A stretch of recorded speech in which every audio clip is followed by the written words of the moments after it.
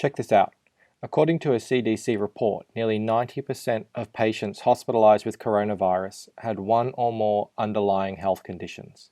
And that seems to be the case anecdotally too, when you hear of people dying as well. They had some sort of pre-existing breathing condition. Let's check it out. Hypertension, chronic lung disease, diabetes, cardiovascular disease. There's some sort of issue there. It wasn't necessarily that coronavirus put them in this state. It's that they were already on the back foot. They were already struggling. We've seen that as well with the comic book industry. It was already struggling. It was already obese. It already had a chronic disease. And now we hear Kickstarter plans to lay off after new projects on site drop off by 35%. Is this one of those rare victims of coronavirus that had nothing wrong with them before, who now find themselves on a hospital bed? Or were there pre-existing conditions? Let's take a look. So we'll scroll down to the memo here, and they go through how this is a really bad economic downturn. We've seen fewer projects launch on the platform over the last several weeks, and the live project count is about 35% below what it was last time this year. It goes on to say there's 140 people working at Kickstarter, and they have a profit of $1.27 million in the year. This should set off alarm bells right here. Kickstarter is a website. Who do you need to run a website? You need someone to be the head of the company, a couple of different senior positions. You need a head engineer, a team of engineers, and someone to tidy up the office maybe. What do you need 140 people to do on a website? Even a website as big and popular as Kickstarter? Well, if we take a look at Kickstarter's Wikipedia, the very first line says Kickstarter is an American public benefit corporation. What does that mean? Public benefit corporations are specific types of corporations that allow for public benefit to be a charter purpose in addition to the traditional corporate goal of maximizing profit to shareholders. I'm starting to see some pre-existing conditions. Sure, it's fine to be charitable and have good intentions for your company, but if you're not explicitly exploiting people or creating something that's harmful, your sole purpose as a business should be to make money and maximize profit.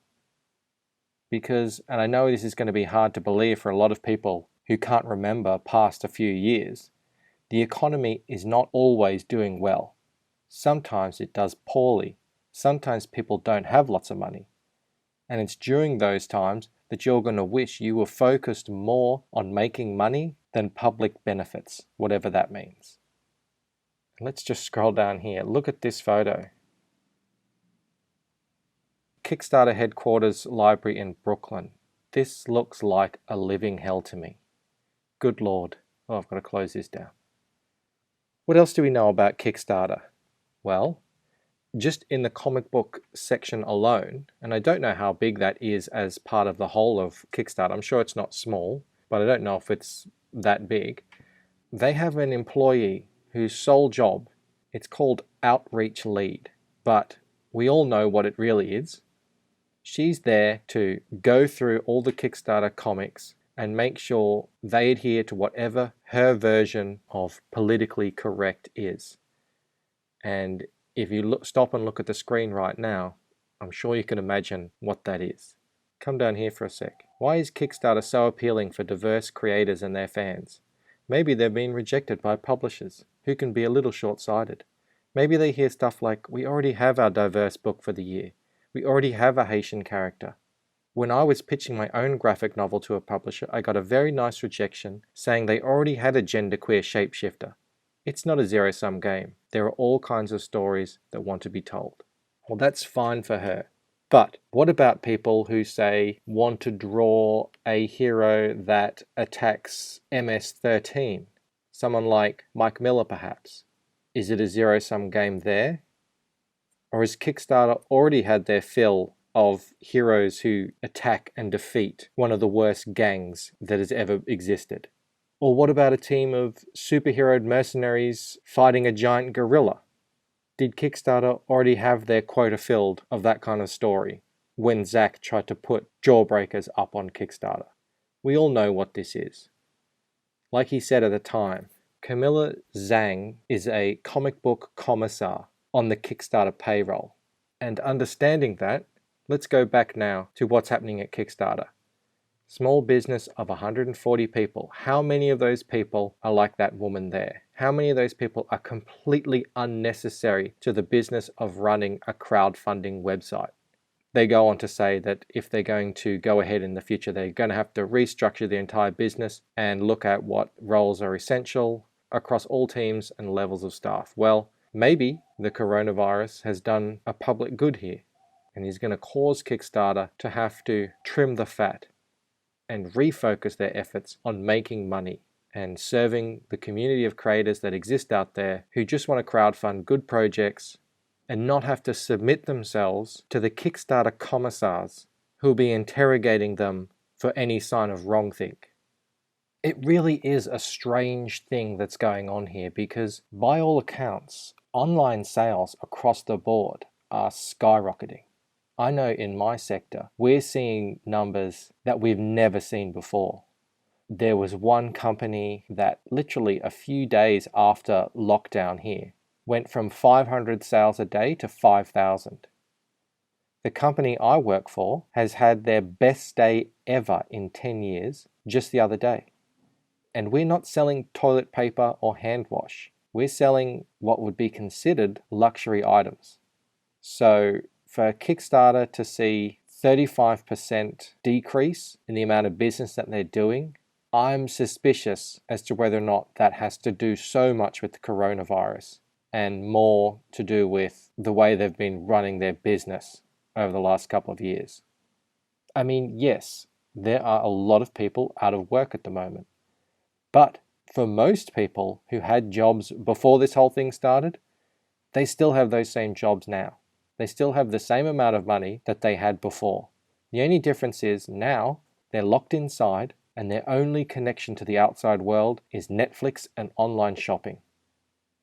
We know on Indiegogo, in terms of comic books at least, we haven't seen any kind of downturn, at least not anecdotally that I know of. We know Cyberfrog is going amazingly, but there are so many other projects as well that are just seeing huge gains on previous projects. Look at Adam Post's College of the Dead. Massive uptick. Clint Stoker on Downcast Rise and Fall. Going great. So many other projects just really kicking goals. So yeah, I'm just a little confused as to what's going on here at Kickstarter. If you remember a week ago, Sean Gordon Murphy was saying he was worried about launching a Kickstarter during this time. And that sort of mentality where Kickstarter is seen as a frivolity, it's not really important. The projects on there are just vanity projects, charity cases a lot of the time. That's just kind of the mentality that is on that site.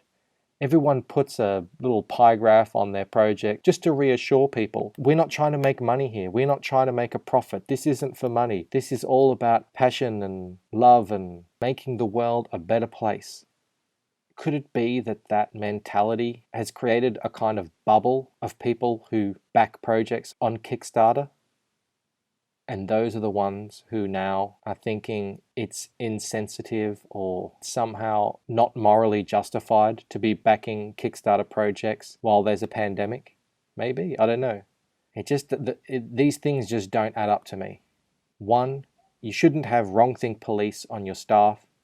I just cannot see why you should have 140 people for a website like this that doesn't actually produce any product. It's literally just a platform. Why do you even need offices? Imagine you get rid of your offices and you see your after-tax profit skyrocket. And yeah, I just don't think this is happening on a site like Indiegogo. And speaking of Indiegogo, I added a few more perks last night to my campaign. So I've got 9 days to go until this thing goes live.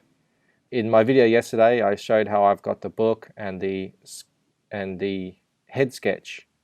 I've added a sketch card for $35, so you get the book and the sketch card, and I've also added a page of art plus the book, and that all comes together for $200. So I'm a digital artist, but I'm going to be remaking up to 10 of these pages to sell on this campaign for people who like to collect original art. So yeah, still a bit of work to go on this page, but it's coming together. Like I said, 9 more days to go.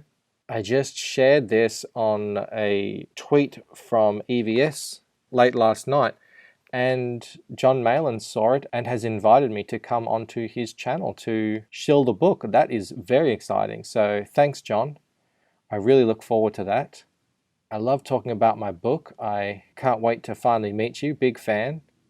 And yeah, if you like the look of this project, sign up to the mailing list. I'll leave the link in the description below. And if you like this video, do all that good stuff. Like, comment, subscribe. You know the drill. Other than that, I will see you next time. Cheers. Bye.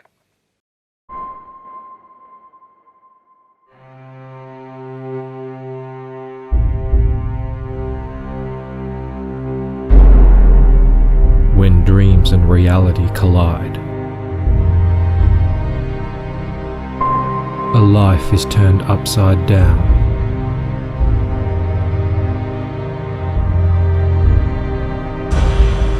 Thrust into conflict, where ancient shadows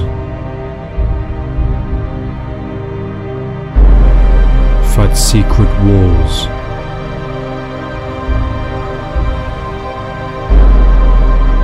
For control of the future.